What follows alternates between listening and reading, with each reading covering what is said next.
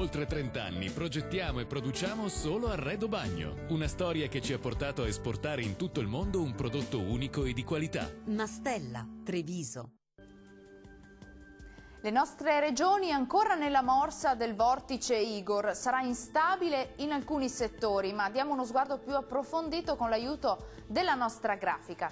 Sul Veneto una nuvolosità irregolare interessa diffusamente le aree centro-settentrionali con rovesci sparsi e locali temporali, soprattutto nelle ore pomeridiane. Meglio con tempo più asciutto e soleggiato sul sud veneziano, sud padovano, sul Rodigino e anche sulle Alpi più settentrionali.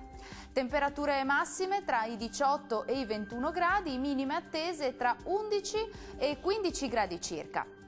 Che tempo farà invece sul Friuli Venezia Giulia? Tempo migliore anche in questo caso al mattino, al pomeriggio più nubi con addensamenti diffusi e locali rovesci o temporali. Andrà meglio sul Goriziano, sul Triestino e sul sud udinese. Temperature massime tra i 18 e i 20 gradi, minime tra 13 e 14 gradi circa. Concludiamo con uno sguardo alla situazione meteorologica del Trentino Alto Adige. Nuvolosità su buona parte dei settori, tuttavia con scarsi fenomeni e con schiarite prevalenti. Qualche temporale sul Trentino. Temperature massime attese tra i 22 e i 23 gradi, valori minimi tra 14 e 12 gradi circa.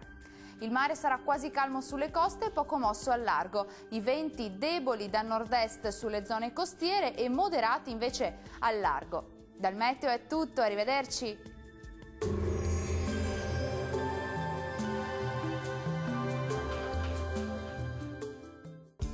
Da oltre 30 anni progettiamo e produciamo solo Arredo Bagno, una storia che ci ha portato a esportare in tutto il mondo un prodotto unico e di qualità. Mastella, Treviso.